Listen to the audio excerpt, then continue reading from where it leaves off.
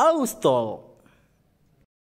Assalamualaikum warahmatullahi wabarakatuh. Waalaikumsalam warahmatullahi wabarakatuh.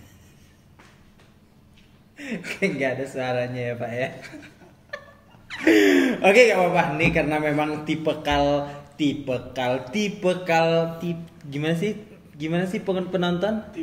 Tipikal bintang tamu kita hari ini ya memang orangnya pemalu, pendiam, ya stay cool lah orangnya ya.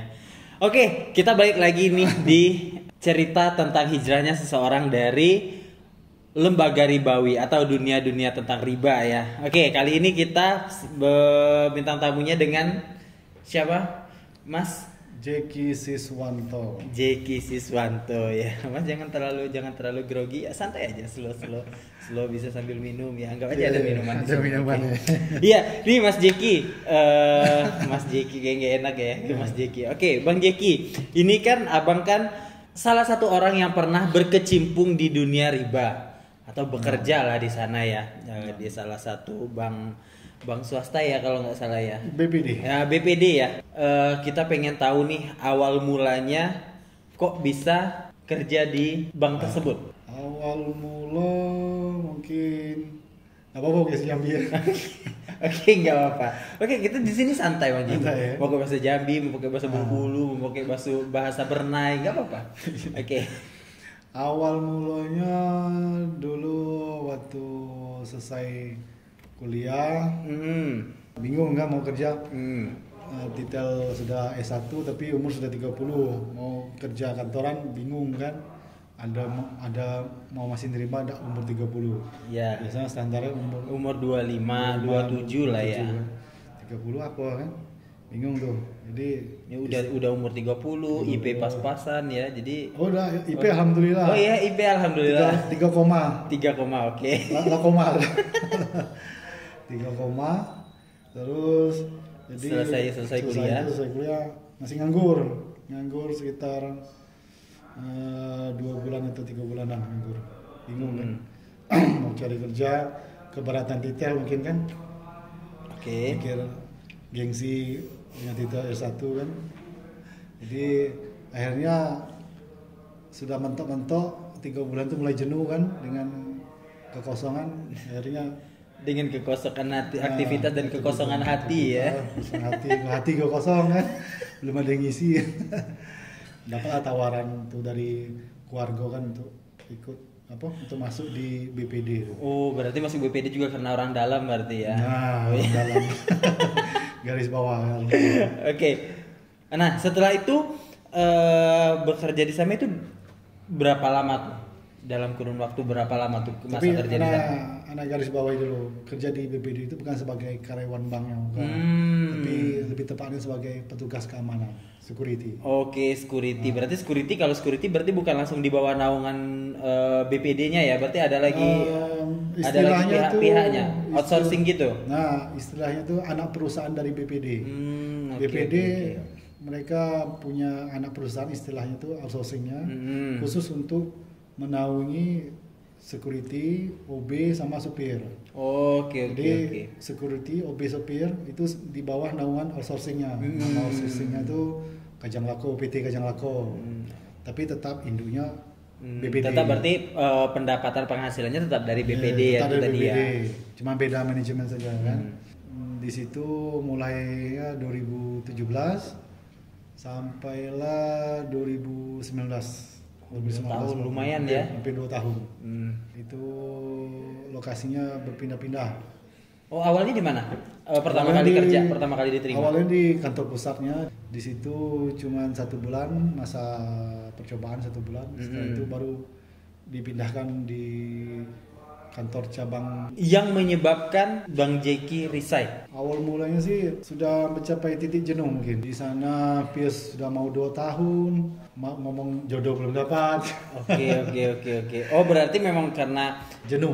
Jenuh ya, bukan berarti sudah tahu secara syariatnya belum ya berarti ya. Di situ belum terlalu tahu, tapi sedikit-sedikit sudah tahu. Oke. Inti awalnya sih jenuh. Jenuh, terus nggak ada perkembangan juga kan. Dari anggota security belum ada peningkatan.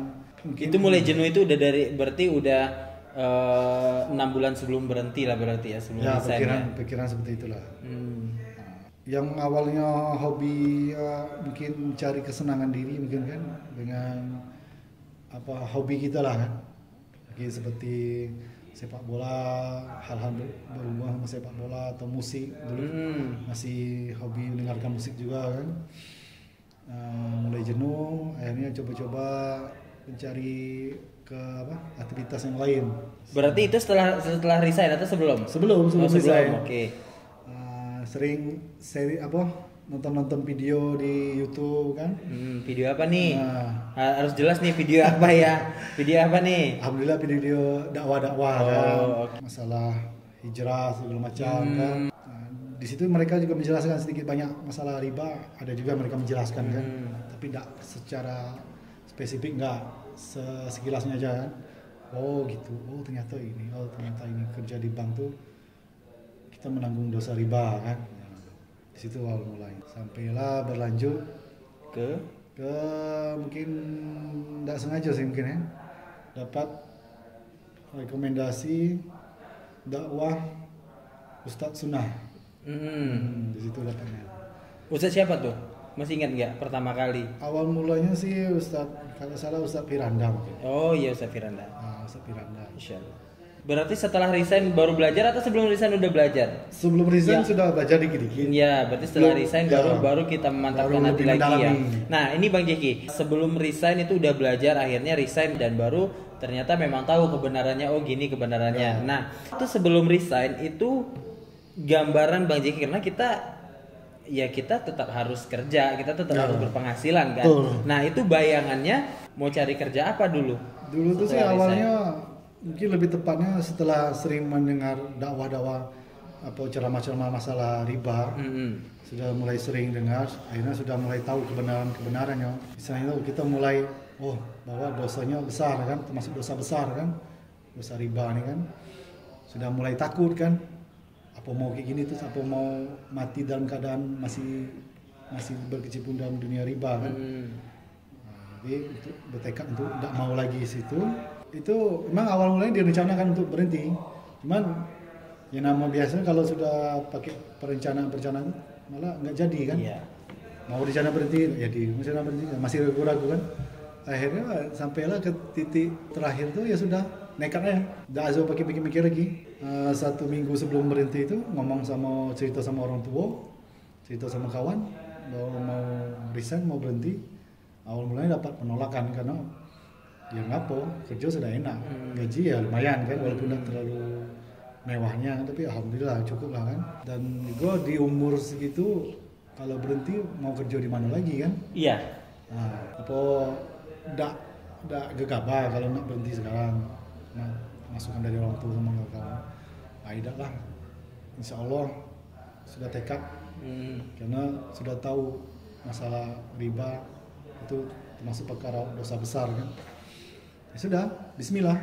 Keesokan hari balik lagi ke posisi kerja, kembali lagi ke kantor, mengajukan surat pengunduran diri, resign ke atasan yang di kantor cabang Sungai Bahar. Sudah selesai, beres-beres, pulang, izin, salaman sama rekan-rekan kerja di sana, pulang ke Jambi. Oke, berarti ya sebelum itu ada nggak ketakutan nanti gimana mau cari kerjaan lagi, mau dapat uang dari mana, sedangkan kita ada cita-cita waktu itu kan masih sendiri ya, belum menikah ya, kita ada cita-cita mau menikah ya, pasti ada kekhawatiran. Nah, hal yang bikin Bang Jeki ini memantapkan hati, ya udahlah urusan nanti, biarlah nanti, itu apa? Ya, ana ingat salah satu ceramah Ustadz, cuman ana lupa Ustadz siapa yang ngomong itu. Mereka bilang rezeki itu Allah yang jamin.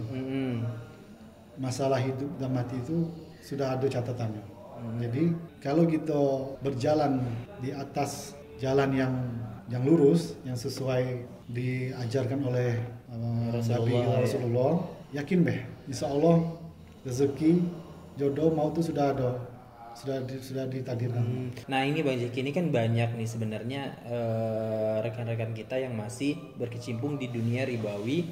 Itu sih menurut saya sih mereka udah paham rezeki itu Allah yang ngatur, mereka udah tahu di situ salah, tapi mereka masih bertahan di sana, sedangkan mereka sudah tahu itu nggak boleh, sedangkan mereka udah tahu rezeki udah Allah yang ngatur. Nah, menurut Bang Jeki apa sih yang bikin mereka masih mampu bertahan di sana? Mungkin mereka terlalu nyaman mungkin. Mereka masih asik sama zona nyaman yang mereka kan.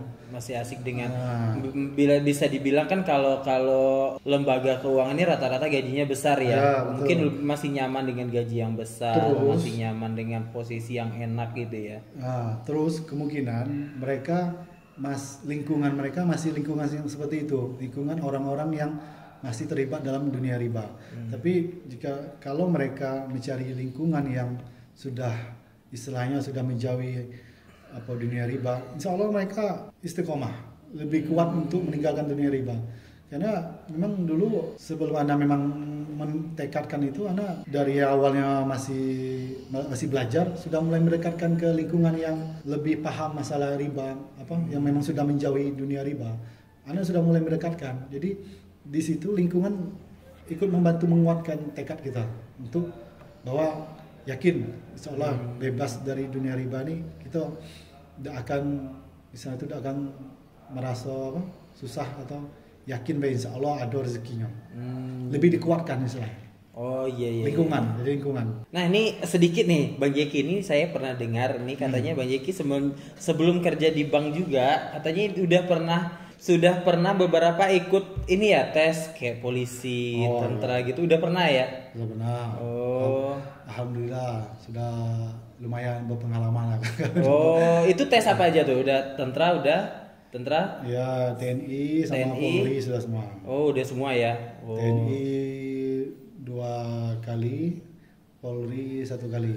Dan alhamdulillah gagal semua. Nggak gagal ya. Nah, ya bisa kita bilang setelah hijrah lah.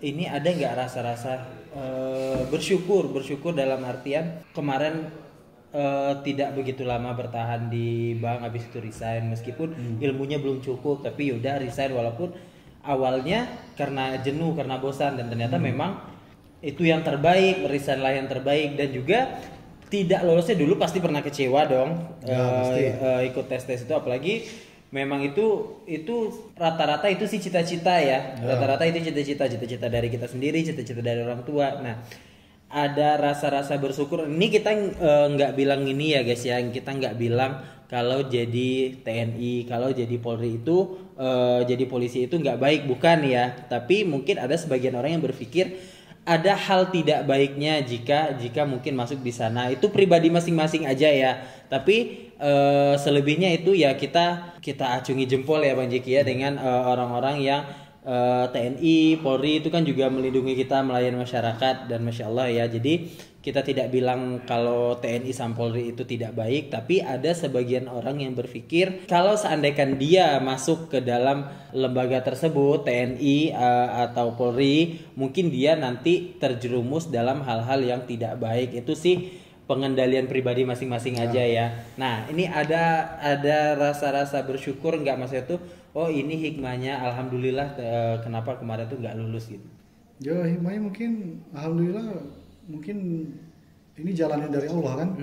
Dengan nggak lulusnya di TNI sama Polri, alhamdulillah Anda dapat hidayah sunnah kan. Mungkin kalau Anda jadi anggota TNI atau Polri, walau alam apa bisa ketemu hidayah sunnah apa enggak kan?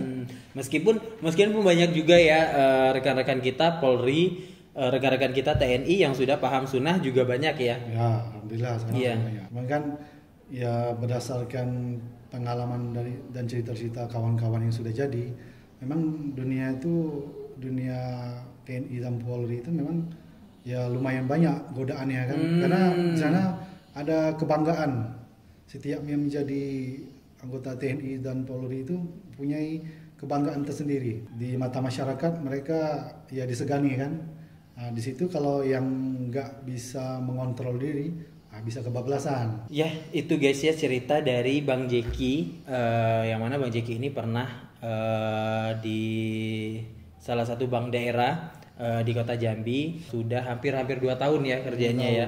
Dan alhamdulillah sudah resign, meskipun kemarin resignnya sama kayak saya kemarin, resignnya awalnya memang sudah paham kalau itu riba, tapi bukan karena ribanya itu sendiri, maksudnya bukan karena setelah keluar dari bank juga kita masih kita masih ngelakuin hal-hal yang ternyata itu nggak boleh ya. Contohnya kayak kemarin saya masih MC, saya masih nyanyi, dan Bang Jeki ternyata juga salah satu orang hobi gambar ya, hobi gambar, dan ternyata ada gambar-gambar yang nggak boleh, contohnya kayak melukis makhluk hidup. Nah itu ternyata juga nggak boleh, padahal itu hobi. Dan alhamdulillah sedikit banyaknya kita belajar, alhamdulillah makin ngerti ya Bang Jeki. Jadi nggak jadi penyesalan. Dan itu juga buat yang rekan-rekan yang masih di lembaga ribawi, kalau memang sudah punya niatan pengen keluar, kalau memang sudah tahu ini nggak benar, kalau memang sudah tahu ini nggak baik, jangan lagi bercampur baur dengan orang yang masih kerja di riba. Lingkungan. Jadi lingkungannya harus kita ubah dulu nih. Lingkungannya kita harus cari orang-orang yang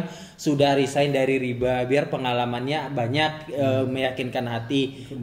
Atau orang-orang yang memang belum pernah di riba tapi mereka paham ilmunya kalau di riba itu seperti ini. Jadi perbaiki dulu lingkungan. Tapi kalaupun memang bisa langsung keluar itu nggak apa-apa ya, alhamdulillah. Tapi kalau memang masih ragu dan sebagai macam, ada godaan dari takut nanti sama orang tua dan banyak lagi. Nah, mending pergaulan lingkungannya aja dulu yang diubah. Nanti kalau misalnya memang kan perilaku kita, sikap kita, agama kita itu tergantung dari lingkungan kita. Nanti insya Allah kalau memang sudah mantap hatinya dan bisa resign dengan sendirinya.